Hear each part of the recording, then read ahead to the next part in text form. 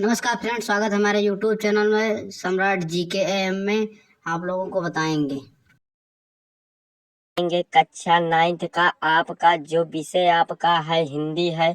अर्धवार्षिक परीक्षा है आप लोगों का, अर्धवार्षिक परीक्षा का पेपर है जिसका कोड है आपका N01 है। इसका आप लोगों को हम संपूर्ण हल के साथ आप लोगों को इस वीडियो में बताएंगे और समझाएंगे। एक एक क्वेश्चन का आप लोगों को हल बताएंगे। चलिए बिना देरी किए हुए शुरू करते हैं।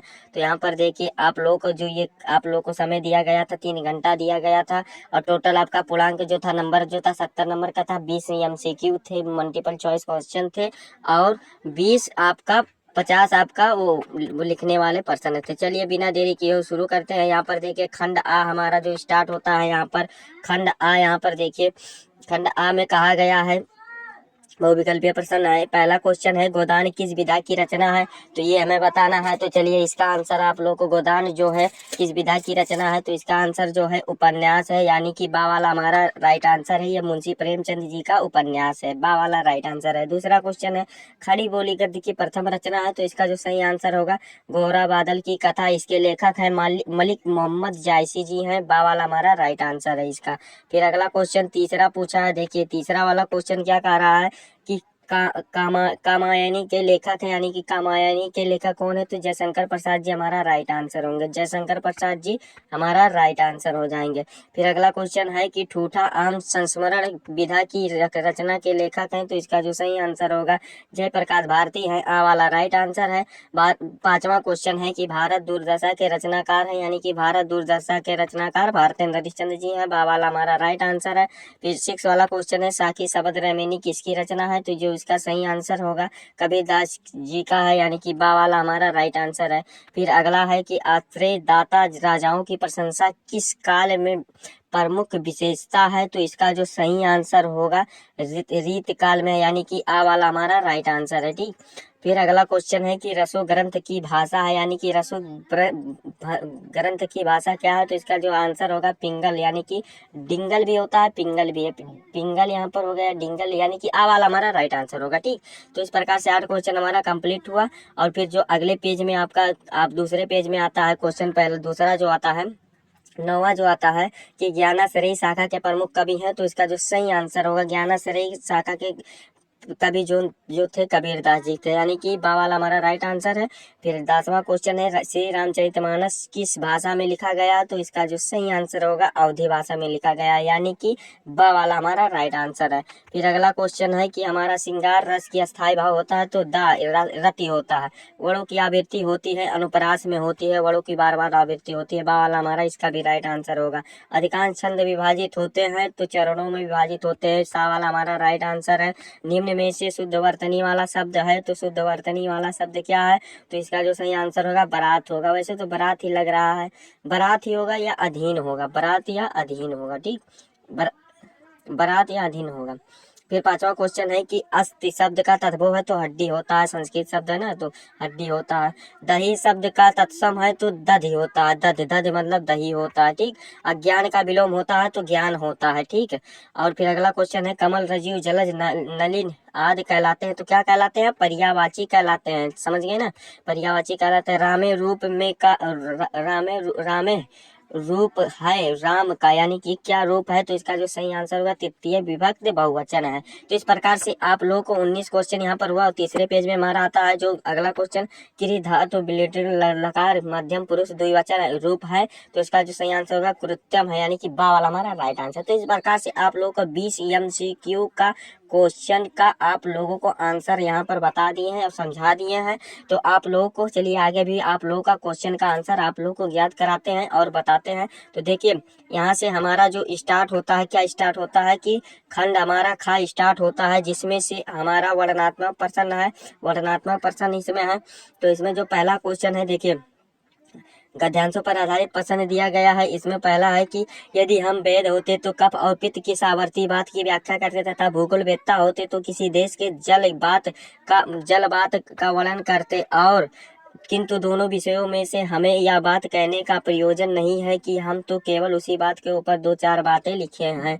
तो वैसे पता चला कि ये प्रताप नारायण मिश्र जी का है। तो उपयुक्त गद्यांश का संदर्भ अथवा पाठ का नाम और लेखक का नाम लिखिए। देखिए संदर्भ की बात की जाए तो संदर्भ सर्वप्रथम हेडिंग डाल दीजिएगा, क्या संदर्भ डाल दीजिएगा, और संदर्भ में लिखिएगा क्या कि प्रस्तुत गद्यांश हमारे पाठ्य पुस्तक हिंदी गद्य खंड में बात नामक पाठ से लिया गया जिसके लेखक है पंडित प्रताप नारायण मिश्र जी हैं। ठीक, और इसमें अगर बात की जाए इसका पाठ का नाम क्या है, पाठ का नाम लिखिएगा बात है, और लेखक क्या क्या नाम है, पंडित प्रताप नारायण मिश्र जी है, पंडित प्रताप नारायण मिश्र जी है। ठीक, और प्रस्तुत गद्यांश लेखक क्या कहना चाहता है तो चलिए इसको भी बता देते हैं कि इसका उत्तर लिखिएगा, किसका, दूसरे का उत्तर लिख लीजिएगा, दूसरे वाले का उत्तर लिखिएगा कि लेखक इस तथ्य से अवगत कराते हुए कहता है कि व्यक्ति को जो स्वभाव होगा अथवा जो जिस प्रकार का कार्य करेगा वह स्वाभाविक रूप से उसी प्रकार वातावरण में उसी कार्य के अनुसार बुद्धि वाला हो जाएगा। फिर उसी के वेदराज को ले लो तो अपने स्वभाव अनुसार एवं कार्य के अनुरूप किसी रोग जैसे पित्त और उससे संबंधित विषयों पर बात करेगा। यदि कोई भूगोल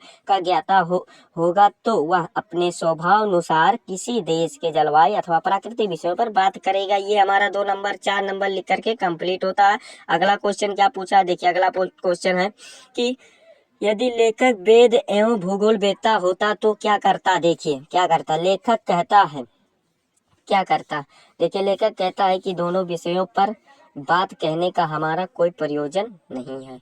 तो यही हमारा आंसर होगा इसका भी, यानी कि 6 नंबर हमारा यहाँ पर लिख करके कंप्लीट होता है। फिर अगला क्वेश्चन देखिए क्या पूछा था, अगला क्वेश्चन 6 नंबर में भी पूछा था, निम्नलिखित पद्यांश पर आधारित प्रश्नों का उत्तर दीजिए। मायरे मैं तो लियो गोविंद मोल को, यानी कि ये आपका श्री कृष्ण वाला है। तो यहाँ पर देखिए यहाँ पर क्वेश्चन क्या पूछा है, प्रस्तुत पद में मीरा द्वारा बताया गया क्या बताया गया, तो प्रस्तुत द्वारा मतलब बताया गया है कि मैं तो श्री कृष्ण को मोल लिया हूँ, यही बताया गया है।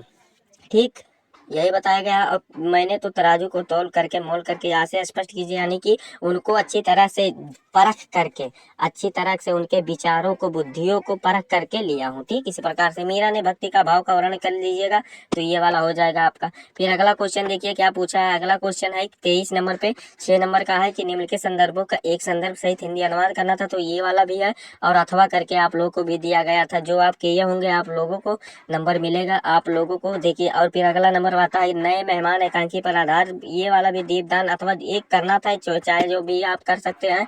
6 नंबर इसके लिए भी निर्धारित किया गया था। और यहाँ पर देखिए निम्नलिखित में से किसी एक का जीवन परिचय देते हुए उनकी रचनाओं का लिखना है। प्रताप नारायण मिश्र जी, हजारी प्रसाद द्विवेदी है, महादेवी वर्मा जी है, 4 नंबर लेकर के जाना है।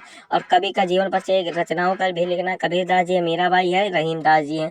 और आप लोग कबीरदास का बहुत बेहद ही इम्पोर्टेंट है, हम जानते हैं, इसी पर आप लोग लिखे होंगे। और इसमें बात की जाए तो आप लोग प्रताप नारायण मिश्र या हजारी प्रसाद द्विवेदी जी पर लिखे होंगे। ठीक, ये लोग तो एक श्लोक लिखना था जो इस प्रश्न पत्र में आया, 2 नंबर लेकर के जाना है। फिर किन्हीं 2 प्रश्नों का उत्तर देना है। तो देखिए संस्कृत का था कि राम कीर्दशा आसित, यानी कि राम कीर्दशा आसित, इस प्रकार से लिख दीजिएगा। और फिर 2 वाक्यों का ये वाला था, तो ये वाला भी आप कर चुके होंगे।